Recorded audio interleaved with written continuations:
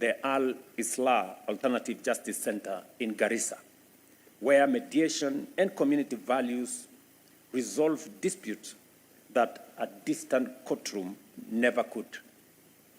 This is justice that meets people where they are. The future of justice in Africa must be people rather than process-centered. Citizens do not measure justice by the complexity of processes or jargons, including, was the matter resolved fairly, and did the outcome restore their dignity in time?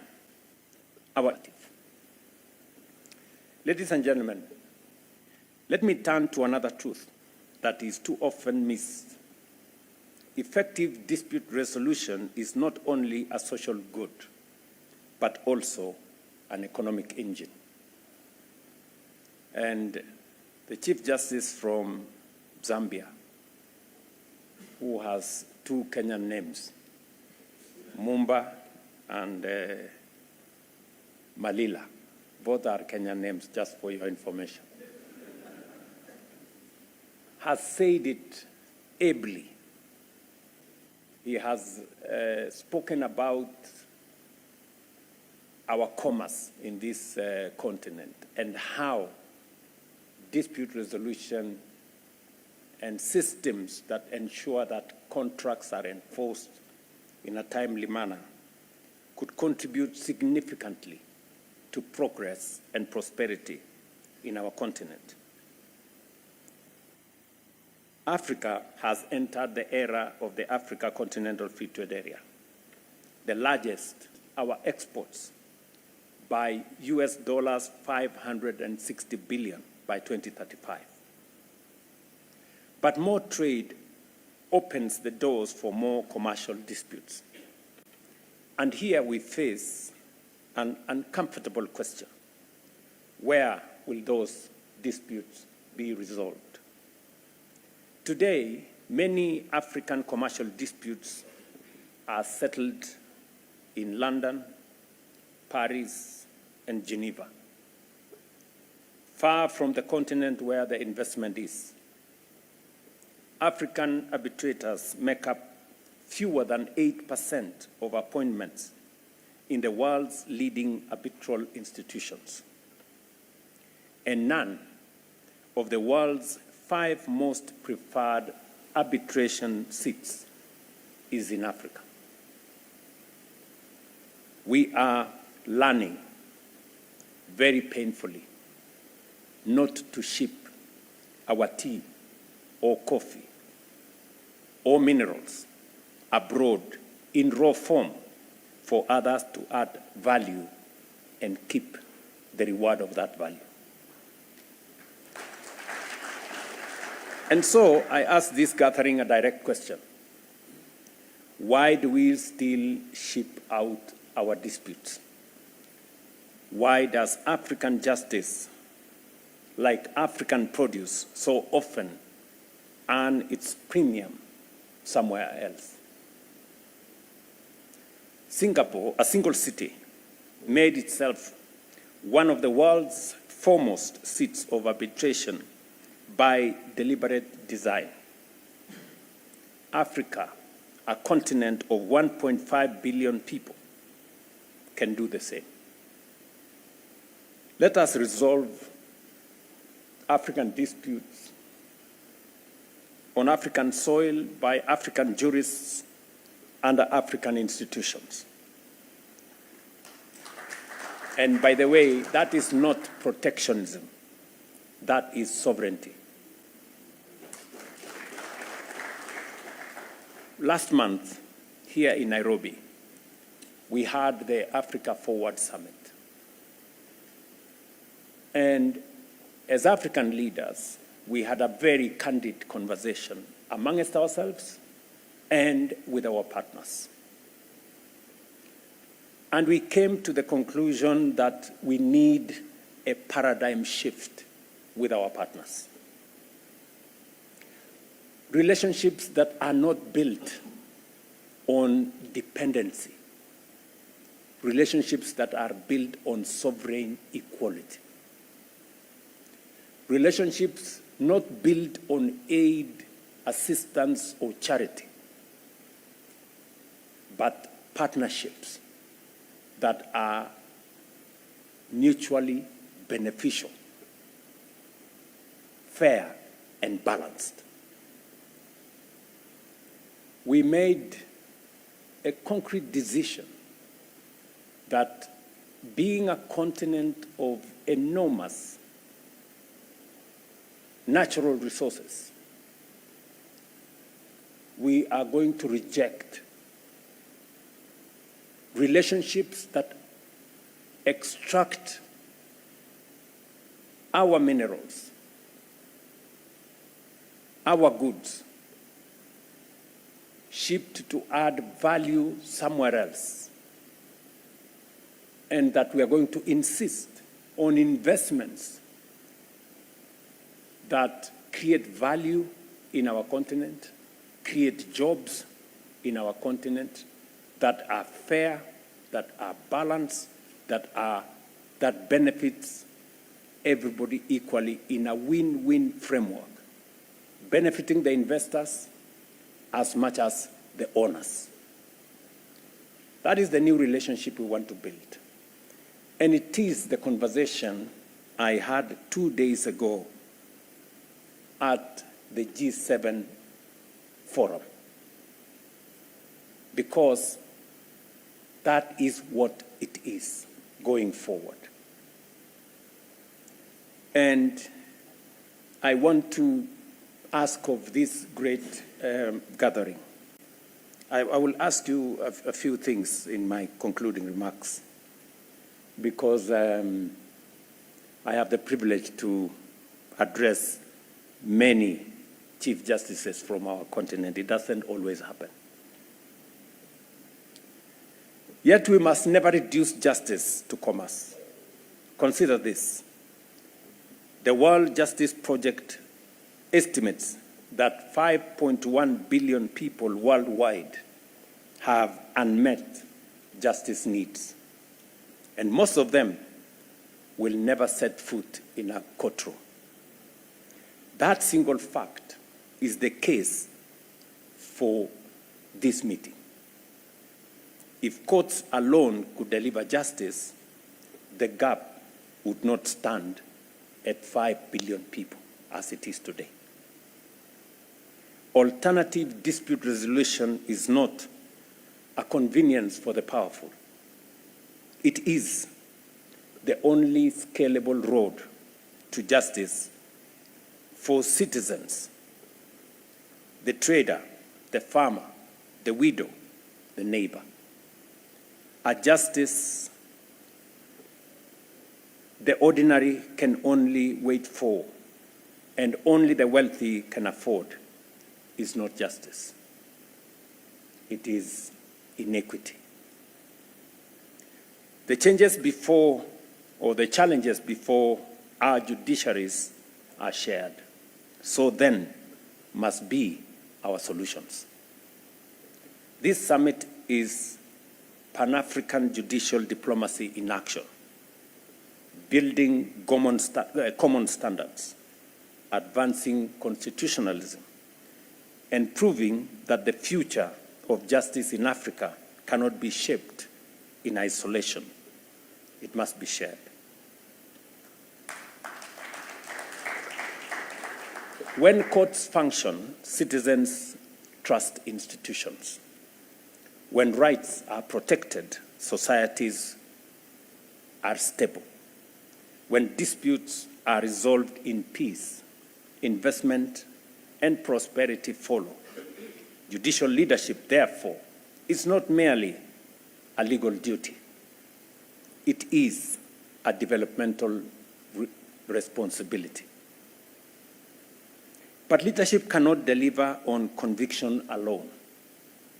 Across our continent, judiciaries confront rising caseloads, rising expectations, and rapid technological change.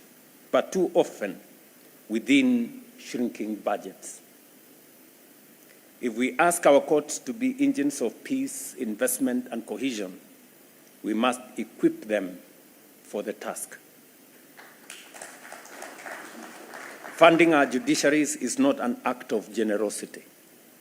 It is a strategic investment in stability and growth in our infrastructure, our technology, judicial training, in alternative dispute resolution programs, and alternative justice systems. I therefore make this undertaking before you that I will rally my fellow African heads of state and government to recognize strong, independent judiciaries as a continental priority deserving adequate, predictable funding and firm policy support.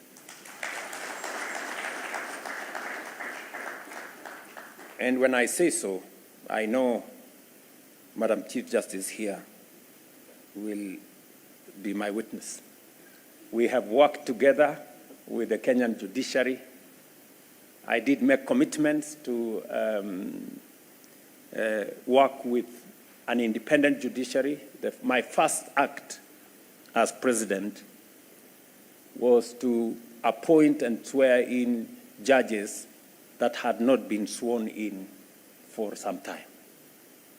I also undertook that I was going to the extent possible with competing interests, support the judiciary with budget.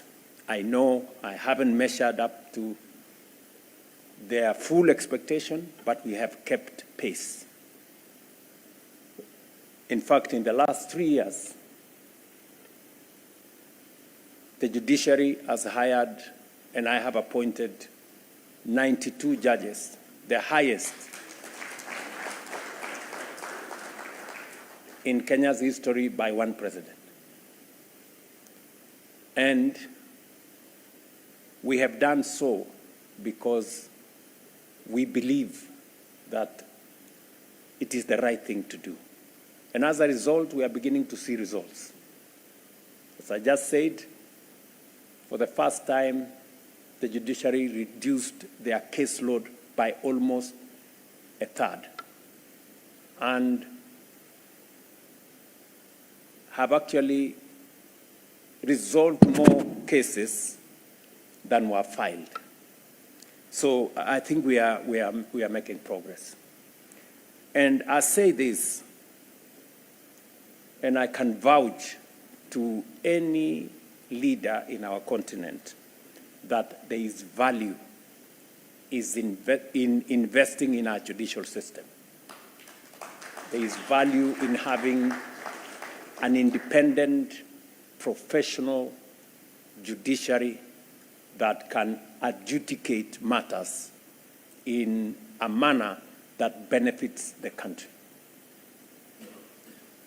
I have undertaken some of the most difficult policy positions in Kenya. If I did not have an independent, professional judiciary, I would not succeed. Yes. I will give you two examples. As a country, we have been struggling with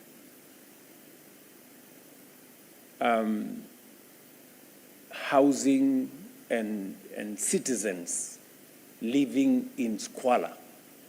Just for numbers, we have in Kenya 114 informal settlements. 1,114 informal settlements. We have 7 million people living in slums. It is not something that I should say, but that's what it is. And therefore, it was absolutely necessary for us, and we have been trying to settle this housing question for close to 30 years. But this time round, I said I would.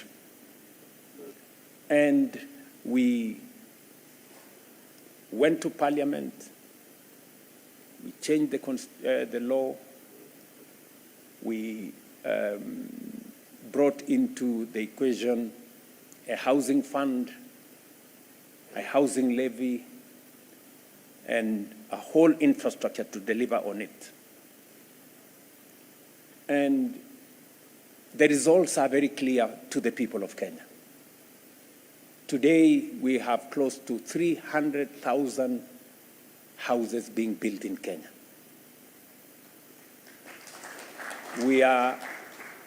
We've hired 640,000 professionals, architects, engineers, quantity surveyors, electricians, masons, carpenters, name them. And the skyline of Kenya today, if you go to any city in the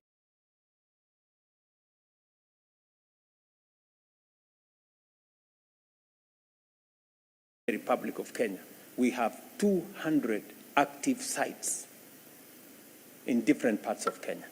The skyline is changing. But even with that, there are people in court who want to stop it.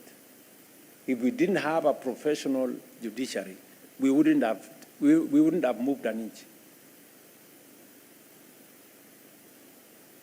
And the question you ask them is, our Constitution is explicit, as the lawyers would say. Section 43 of our Constitution mandates government to house every Kenyan in a dignified manner. But there are still people who go to court. So what am I saying? I'm trying to say, just imagine if we didn't have a professional judiciary. There would be people who would want to stop us from carrying out our constitutional duty. I would say the same. Even up to now, 3 years down the road, with the houses contracted to 20th floor, 15th floor, there are still people in court struggling to stop. So I can tell any leader anywhere that a functioning judiciary is a resource, is a national resource for development, not just a dispute resolution mechanism. Last week, just to give you what we are also trying to do, that is not necessarily in legal language or in legal framework. With the Chief Justice and other leaders last week, we received regulations and a framework for us to compensate some of the people who were harmed when they were participating in protests and petitions. We decided that, we are a society that must live with itself. And there are things we can do to create a much more harmonious society. And that process will be undertaken. We all agreed as different arms of government, the legislature, the executive, the judiciary, that this is the way to go.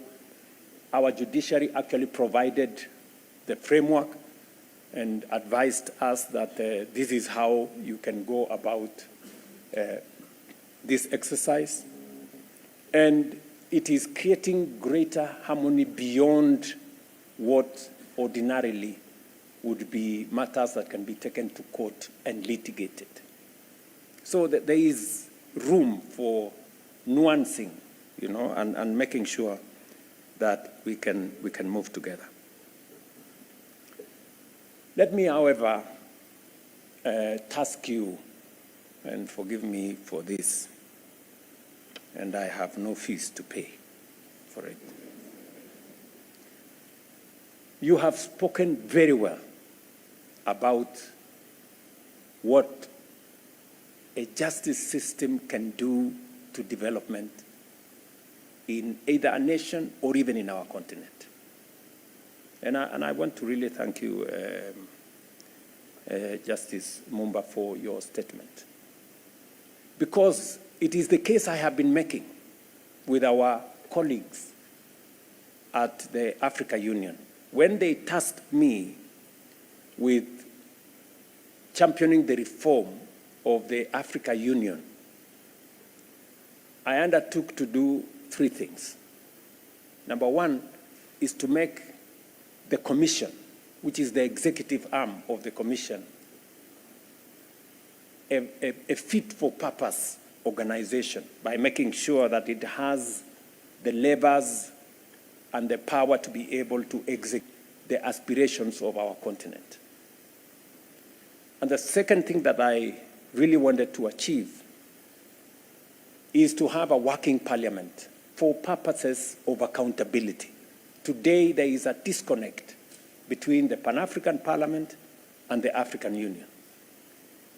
The Pan-African Parliament does not approve the budget of the Commission. It does not approve appointments. It's completely, there. And third and most important thing is accountability. As we talk, we do not have a functioning African Court of Justice. We agreed on everything. We were supposed to appoint the judges last year, but some small technicalities, and you can see there is no real political will to do it. I really want to persuade you, as the Chief Justices of our continent, if every Chief Justice can write to their Ministers for Foreign Affairs, and if possible, to your head of state, please let us have an African Court of Justice. It is the right thing to do. Because as we make progress as a continent, we need a mechanism that can help us resolve disputes quickly. And that mechanism, that court mechanism, must have all the facets: mediation, arbitration, alternative justice, whatever it is. But let us have a justice mechanism. My request to you is, if it is not, if I'm not asking for too much, if you can help me prosecute this one thing, that let us have an African Court of Justice. It will inform our progress and the prosperity of our continent, because as we roll out, and as was said very ably by Justice Mumba, as we roll out the African Continental Free Trade Area, we need a justice system that makes sure that contracts are signed on time and people can build trust in the business that is going to be undertaken between us and every country, and between us and those from other jurisdictions. That is my request of you. And then number 2 is that, as I have said, even in all these places where all disputes are being carried out, our representation is not significant. The representation of African jurists is not significant. Unless you persuade me that we don't have qualified men and women who can serve in those places. And I would disagree with you if you told me we do not have qualified people. I know we do. Let us also step out and make sure that we position ourselves appropriately. For example, for us in Kenya, we once became guests of the International Criminal Court. And we had real trouble with them because they rarely understood what was going on here. And that is why I am sure one of us, Justice Njoki Ndung'u, decided that maybe it is time for her to go and serve in this court and explain and so that the court can understand African perspectives on some of the things that we are doing. And Madam Njoki Ndung'u is here, is a member of our Supreme Court, and she is a candidate for the International Criminal Court. I am not campaigning for her. I was just saying that she is a good candidate, and she carries a lot of experience from Kenya. She was a member of parliament with me, so she knows the nuances of politics, and she's been a member of our Supreme Court. She was among the first members of our Supreme Court that was established after the 2010 Constitution. And it is good to encourage as many of us as possible to participate in the justice systems that exist so that African perspectives can be part of what becomes the dispensation of justice in our continent and globally. So I have presented to you a very good candidate. You know what to do with a good candidate.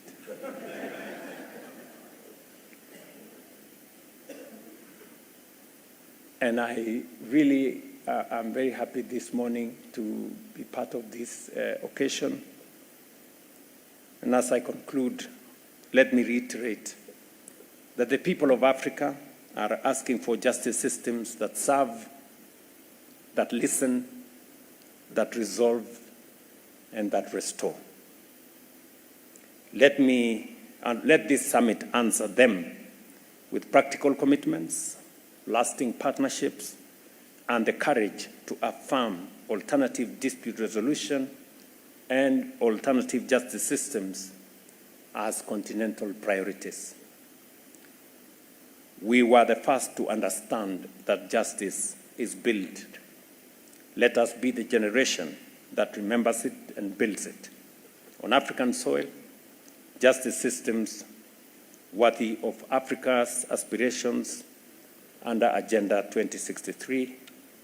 And we were supposed to start this function at 10 in the morning. I came early. I apologize for a different perspective on what we can do together. I just want to encourage you that we have a great continent. And we are going to make sure that we do what we must do to make sure that this continent goes forward. I know I mentioned something about budgets and how resources are scarce. But let me say the following. We have also made a decision that we have to do two very important things. We have to learn to mobilize resources from our domestic sources. And number two, we must also learn how to de-risk ourselves so that we can access markets that then give us additional resources. One of the outcomes of the G7 summit that I attended, and was as a result of the Africa Forward Summit resolution that we carried here, is that because in our continent we have capital, what is lacking is not money. What is lacking is the infrastructure to mobilize and to deploy that capital. Just for your information,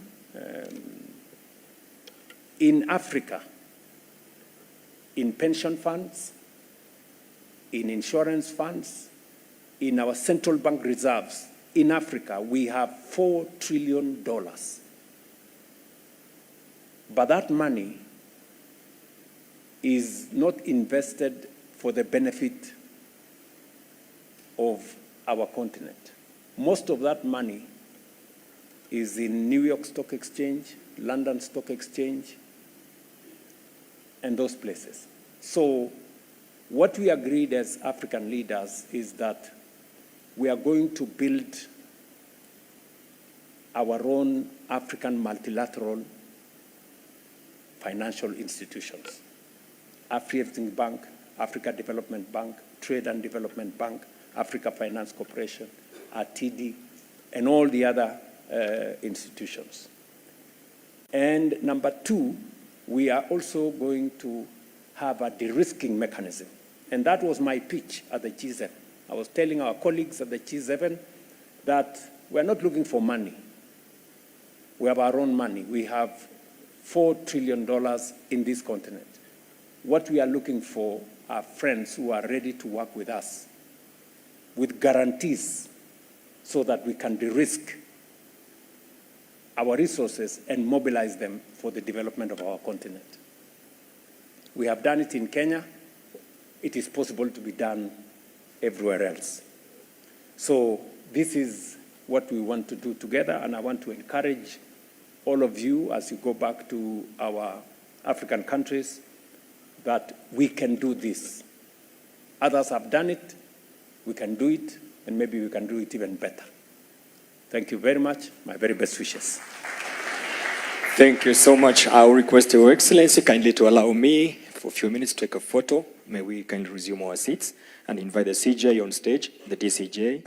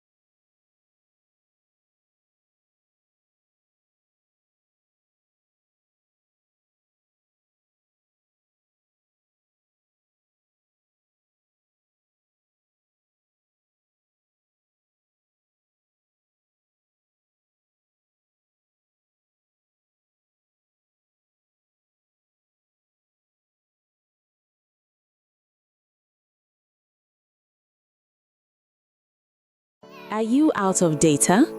Muthui Solutions Hub brings you amazing data deals, tunukiwa, minutes and SMS deals purchased with or without Okoa Jahazi. To get these deals, pay exact amount to till number 6964518. For more enquiries, reach our 24/7 support at 0719 289 675.